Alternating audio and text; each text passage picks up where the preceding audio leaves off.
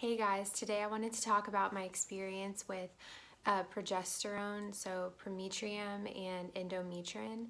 I've had a few people contact me from my How I Conceived After Miscarriage video asking me about what it was like taking those supplements and if there were any side effects or how it made me feel. So I just wanted to do a video on that for anyone that is curious or that is going to be taking these supplements. Right off the bat, I just want to say that I'm not a doctor, I'm not a nurse, I don't know anything except for my experience on these, so please do not take my word for it. You could have a totally different experience. Your doctor may not want you on any of these medicines.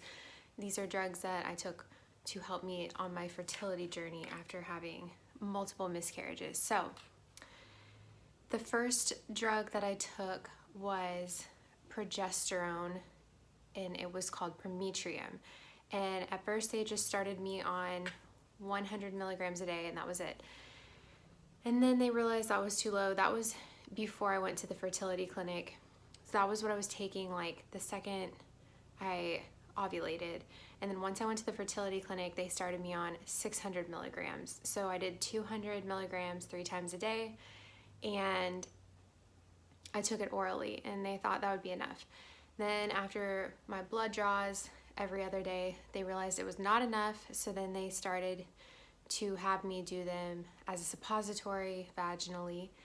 And so I would have to do that 3 times a day, and every time you did one, you had to lay down for 20 minutes because it's a little slippery pill. So you have to stick it in yourself, and then you have to lay down for 20 minutes, which is kind of inconvenient to do it 3 times a day. But hey, when you're on this journey, it's not about convenience, it's about what you have to do to get pregnant and stay pregnant. So I would do it, and with that one, the only side effect I noticed doing it that way was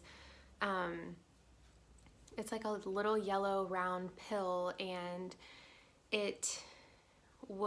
the reason you have to lay down is so it doesn't fall out, but eventually it melts, and it it leaves yellow stuff. So you want to wear panty liners, and you have to lay down for 20 minutes or it's useless. It needs to be as far in you as it can be. So I didn't notice anything else. They said that it could enhance your pregnancy symptoms, but if you're pregnant, you don't know is it the progesterone or is it just a pregnancy symptom? So to me, it felt like I was just I'm pregnant. So I wouldn't say that it did anything. When that stopped working to the full extent, they wanted me to go back on that orally, and then they wanted me to start taking Endometrin, which is stronger. They're both forms of progesterone, but Endometrin is much stronger, and that was only a suppository. I hated that one the most. 1, it's so expensive, and then 2, it is this big chalky pill, and it comes though with these applicators that are this long so that you can stick it in you easier, which is nice.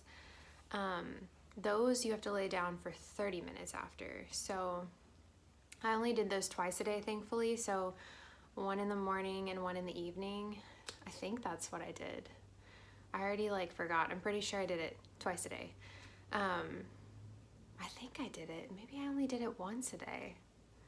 Okay, I did it once or twice a day. I really don't remember. I'll have to go look back.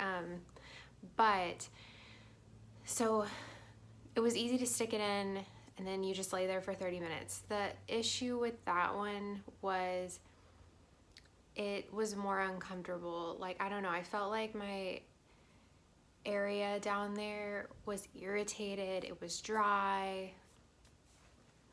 It just didn't settle well in me, but it worked like magic. My numbers shot up, and it was amazing. So that was a life-saving medicine for me, in my opinion, for my pregnancy.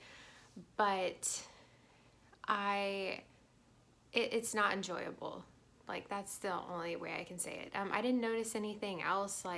It was mainly stuff down there that it just dried me out. It made me feel just like uncomfortable down there, and like I just didn't want to ever do anything. And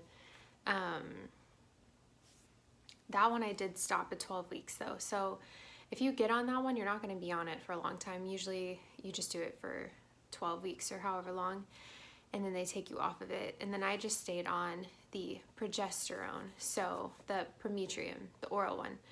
But yeah, so I didn't notice, let me check my notes. Yeah, so I didn't notice anything different with Endometrin except for issues down there. Not even issues, like I said, just dryness and irritated, almost like cramps, but like again, it could be your pregnancy. And then with the oral one, Prometrium, I didn't notice anything. Like they say your breasts can get tender, but your breasts get tender when you're pregnant. So you can't really like judge it if it's the progesterone or not.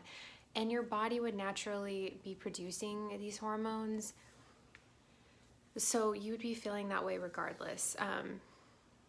But like you take these because your body's not producing them well enough. So that is like, I feel like if you're scared to take them for side effects, like I wouldn't be worried about it. It's just uncomfortable, but like, no big deal. Or I wouldn't have taken the Prometrium my entire pregnancy until like, I think I stopped like 2 or 3 weeks before I had her, just because, but there's nothing, like no big side effects or anything. So for me, I'm sure someone has had lots of side effects. I'm just saying, like, I had a great experience with the oral ones, and the suppositories are just temporary, and it, again, so worth it to know like that you're doing everything that you can to support your pregnancy if you've had miscarriages because of low hormones. So anyways,